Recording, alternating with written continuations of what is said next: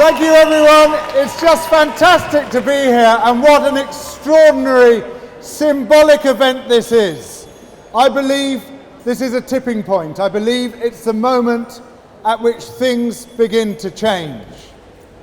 We can't tinker around at the margins of these existential issues anymore. We can't pretend that by tweaking the existing system, we are going to see the changes that prevent the destruction of our life support systems. We have to change the system. We have to change the destructive, earth-eating, people-eating, animal-eating system we have at the moment for an entirely different one.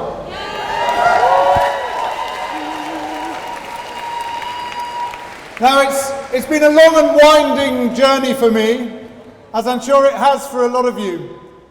One of the things I realise and have begun to see as I've grown up is that educating yourself is as much about unlearning what you were taught as a child as it is about learning the new things with which to replace it.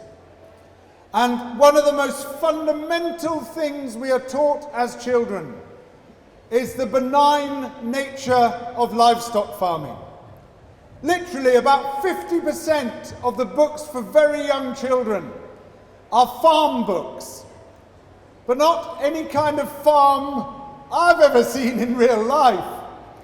There's one cow, one pig, one horse, one sheep, one chicken, and a rosy-cheeked farmer, and they all live in harmony together like a family, and they talk to each other, and there's never any hint as to why they might actually be there, and what might actually happen to them some way down the line. And yet, however preposterous that is, and you can kind of understand why it's presented that way to very young children, it's really, really hard to unlearn that and to unsee it as we get older. You have to fight your own deep instincts to be able to see how livestock farming actually operates. And while that storybook view of farming is tremendously influential, it also meshes with some other deeply implanted ideas, which go back thousands of years to the Old Testament, to the ancient Greek poets, particularly the pastoral tradition in poetry, which really was first brought together by Theocritus in the 3rd century BC. And the story there is that the city is corrupt and evil, but the seat of innocence and purity is the shepherd with his flock, living in Arcadia, the pastoral idyll. And that was where you found peace, that was where you found harmony, that was where life, the heart of life, was to be found. And this very powerful idea was picked up by the Roman poets, Virgil and Ovid, and then again in the classical revival in Elizabethan England by people like Spenser and Marlowe and Shakespeare, especially in As You Like It. And then again by the Romantic poets, by Wordsworth and his crew. And now again by Sunday night TV. If the BBC were any keener on sheep, it would be illegal. And this sort of myth, this bucolic myth of pastoral harmony is so deeply implanted in our minds that the idea there could be anything wrong with it, any problems with it, is something you have to fight your own mind to recognize. And it took me a long time. It wasn't until I was living in mid-Wales with Snowdonia on one side of me and the Cambrian Mountains on the other side of me that I began to notice there could be a little tiny bit of an issue. I was very excited to be living there, thrilled. I thought, I'm surrounded by wilderness. Wherever I walk, I'm going to see amazing sights. And slowly that excitement gave way to puzzlement, and that puzzlement to disappointment, and that disappointment to despair. Because wherever I walked, in whatever direction, there was nothing. There were no trees. There were no birds. I might see 2 crows in a whole day's walking. There were no people either. It was a dead landscape. I could get down on my hands and knees in the middle of summer and find no insects. It was empty of everything except for sheep. And slowly I began to realize that the reason it was empty of everything else was because of the sheep. The sheep who, we see as the very symbol of innocence. In the Bible, Jesus is both the Good Shepherd and Agnus Dei, the Lamb of God. These supposedly innocent sheep had nibbled away all the tree seedlings, so the old forests had died on their feet, and all the edible plants, so that that was left was this purple moorgrass, Melinia, and one flowering plant, Tormentil, and some moss. That was it. Nothing else was left. The entire ecosystem across hundreds of years had been expunged by livestock keeping. And I slowly began to realize this wasn't just in mid-Wales, but this was across all the uplands of Britain. And then I thought, well, there must be a really, really good reason for this amount of environmental destruction. Maybe it is indeed feeding the country, as they say. And then I found out that sheep farming in the uplands occupy roughly 4 million hectares. That's more than twice as much as the entire built environment put together. All the cities, all the towns, all the villages, all the roads, all the gardens, all the airports, over twice as much land, and yet produces just 1% of our food. An astonishingly profligate use of land. And then I began to realize something else, that what I was seeing in Britain was replicated across the entire world. That livestock grazing occupies roughly twice as much land as all food production, all other food production put together, yet produces 1.2% of the world's protein. This is the most amazingly wasteful way to use land you could imagine. Absolutely extraordinary.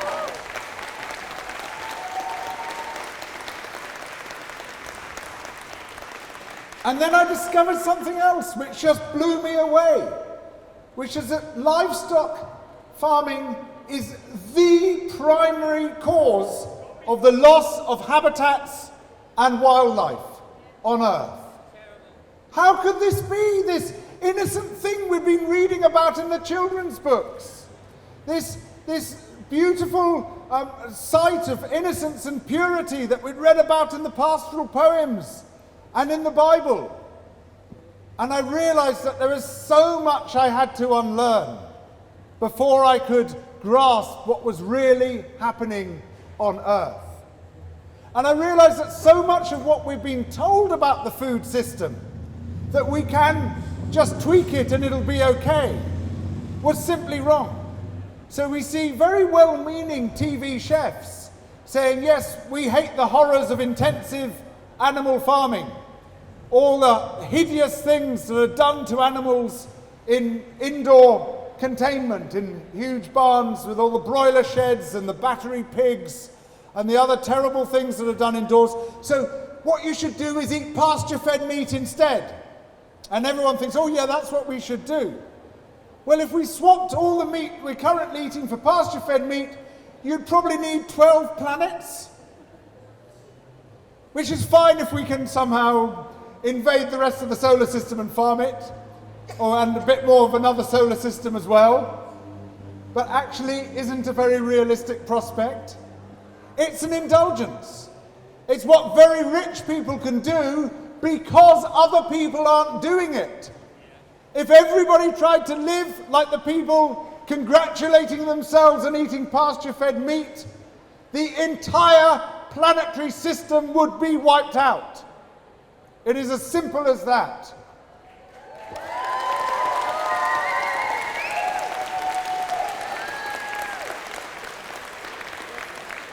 People say, oh, it's okay, I'm just eating local food. These sausages come from the farm just down the road. So that's good, isn't it? No food miles. What were the sausages fed on? Soya from Argentina. How local is that? You take this soya from the other side of the world, 93% of which is used to feed animals. You pass it through a pig down the lane and then you call it local food. How does that figure? And then people say, well, look, okay, we get this, but it is kinder to the animals. Yeah, it is. Free-range farming is kinder to the animals than the total monstrosities of indoor livestock farming. But it's kinder. It's not kind. It's just not as bloody appalling as the alternative.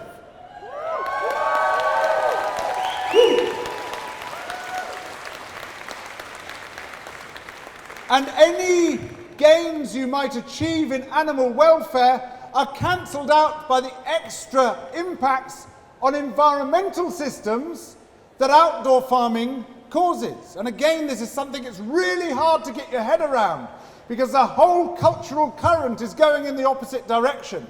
But the facts speak for themselves. A friend of mine calls outdoor pig farming open cast pig mining because of the incredible destructive effect it has on the soil. As pigs packed into far smaller spaces than they would occupy in nature, churn and churn and churn the soil until the structure's entirely destroyed. You get one big rainstorm, the whole lot just comes off the field. And with it, of course, all the nitrates and phosphates in the pig poo. If you go to the Welsh borders and you look around the catchment of the Wye and its tributaries, beautiful rivers, areas of outstanding natural beauty, sites of special scientific interest, special areas of conservation, they've got all the designations. They are virtually open sewers now. And a big part of that reason is free-range chicken farming. Because the chickens outdoors lay down a scorching carpet of reactive phosphate. First rainstorm comes along, whoosh, that phosphate goes off the land, straight into the river, and causes an algal bloom. I was there in the summer on the River Wye with someone from the Welsh Rivers Trust, explaining to me what was going on there. And we got down to the river, and it's meant to run clear. It looked like oxtail soup. So I said, oh, there must have been a big rainstorm and the soil must have come off the land. He said, oh, this isn't soil. These are brown algae, diatoms. And I said, that's algae? He said, yeah, they're just coming down the river, these algae. I said, well, why doesn't the river flush them out? He said, because there's so much nutrients in the water, washing off the livestock farms, that they're multiplying as they go down the river. This is a fast-flowing river, but they were multiplying as they go down the river. So we step into the river in our waders. And he said, look, you see those white stones on the bottom? And I said, yeah. You see it sort of flickering above the stones? That shows you this is an algal bloom rather than sediment in the water. So we talked for a few minutes, and then he said, you see those white stones? And I said, no, I can't see them now. He said, yeah, that's because the sun's come out. When the sun comes out, the algae reproduce so fast that they blot out the water completely. You can actually see the changes in the water column happening with your very eyes, just because of the incredible speed of reproduction. And that's all generated by the nutrients washing off the land, put there by free-range farming, which is meant to be so good for us and so beneficial. And slowly and reluctantly, I've come to see that there is simply no good way of doing it.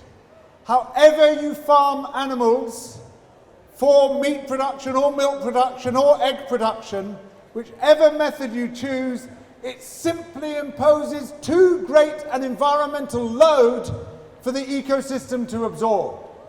You can't do it.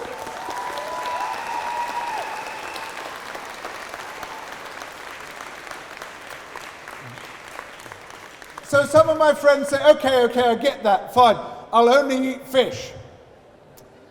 You say, right, let's take a little look at this, shall we?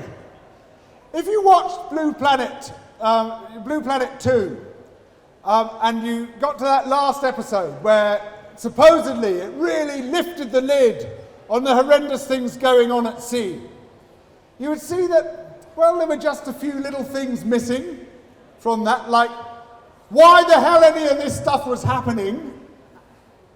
But, at least he did talk a little bit about plastic, and people got really exercised about plastic.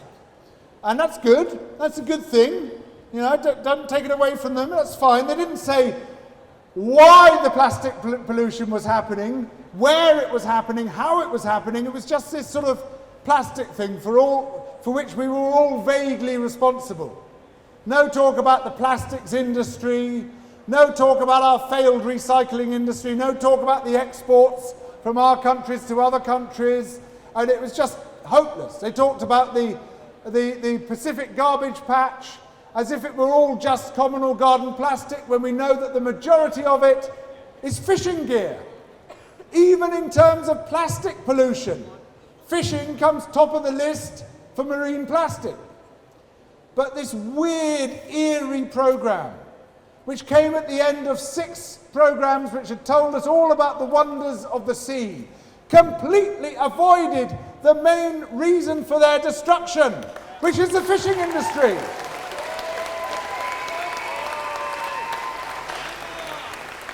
Commercial fishing is causing cascading ecological collapse across almost the entire surface of the blue planet. Almost everywhere we are seeing these fishing fleets, either legal or illegal, it doesn't seem to make much difference, ripping apart marine ecosystems, not just wiping out the target species, wiping out the turtles, wiping out the sharks, wiping out the dolphins, wiping out the whales. This full spectrum assault on the marine ecosystem, and we don't even talk about it. And so gravely misled have we been by this, that I saw an environmentalist tweeting in response to Blue Planet 2, her delight that she had finally managed to persuade Tesco to sell her king prawns to her in her own Tupperware. And she's saying, look, no plastic! I didn't have a plastic bag, isn't this fantastic? King prawns! King prawns are possibly the most destructive food product on earth. When they're caught in the wild, the bycatch includes everything. And the prawn fisheries are just wiping out entire ecosystems. When they're farmed, it means cutting down mangroves, it often means slavery, it means massive coastal destruction of the nurseries for fish and shellfish, just these massive, horrendous impacts. But we've been so misled about this. And the fishing industry, like the livestock farming industry, has been so protected from public knowledge that even someone who is entirely well-meaning like that had been led astray by this disinformation campaign. So we are here not just to protest, but to draw these crucial issues to people's attention. We are here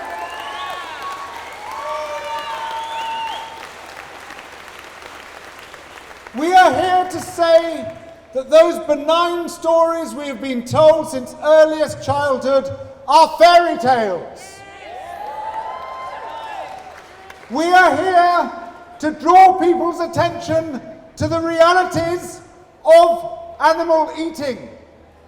The realities in terms of the rights of animals, the welfare of animals, but also of the massive environmental impact which this imposes on our life support systems. That above all other causes, it is livestock farming and fishing that are wiping out ecosystems and the rest of the living world. We often talk about wildlife-human conflicts, And we just assume, wildlife gets in the way and causes problems for humans. Almost every single one of them are livestock conflicts. Why are badgers being persecuted in this country? Why are wild boar being wiped out on the continent? Why are wolves being killed all over the world where they occur? Because of their impacts on livestock. That's where the real conflict comes.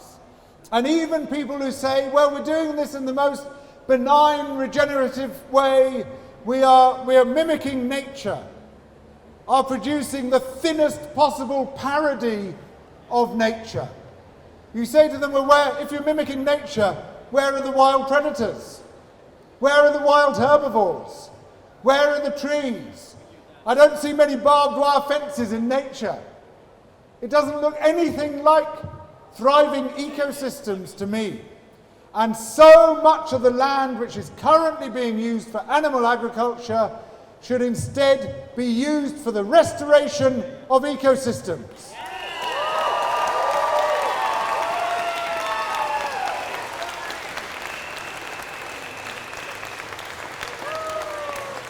This is the land. This is the land where we should be bringing back our forests, bringing back our wetlands, bringing back our peat bogs, bringing back the natural wonders of the world of which we and other living creatures have been deprived.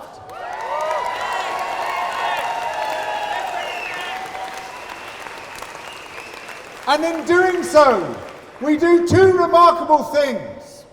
The first of these is that we can stop the sixth great extinction in its tracks. Or actually, let's not call it the sixth great extinction. Let's call it the first great extermination. Because that's what's happening. Extinction sounds passive, it's just something that's happening. Extermination, this is something we are doing and something we can stop. And we stop it. We stop it by setting aside the places which are currently being used in the most profligate and wasteful fashion to produce a tiny amount of food predominantly for rich people. We set it aside instead for the commonwealth of humanity and all the other species on Earth.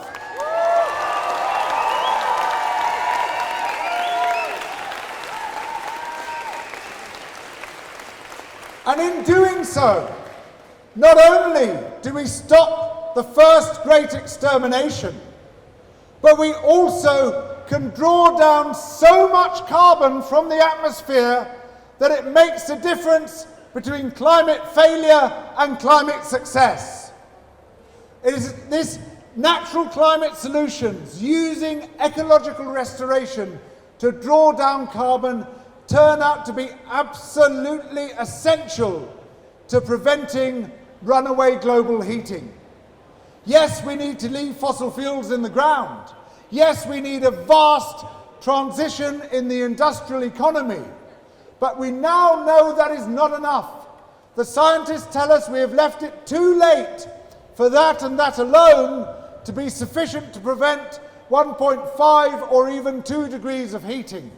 If we are to do that, to meet the terms of the Paris Agreement as we're promised to do, then that also means drawing down some of the emissions we've already produced. And by far away the most effective way to do that is to rewire the land.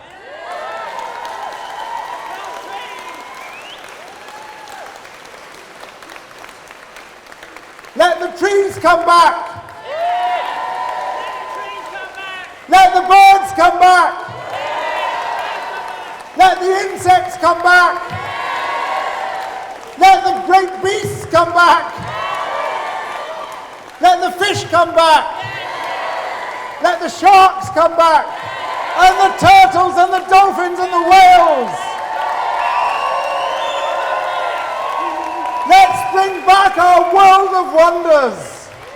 Let's make this the rich and wonderful and beautiful world that we want our children to inherit. And let's do so by transitioning out of the destructive economy into a nurturing economy. An economy that nurtures us, an economy that nurtures the other life forms with which we are lucky enough to share this world.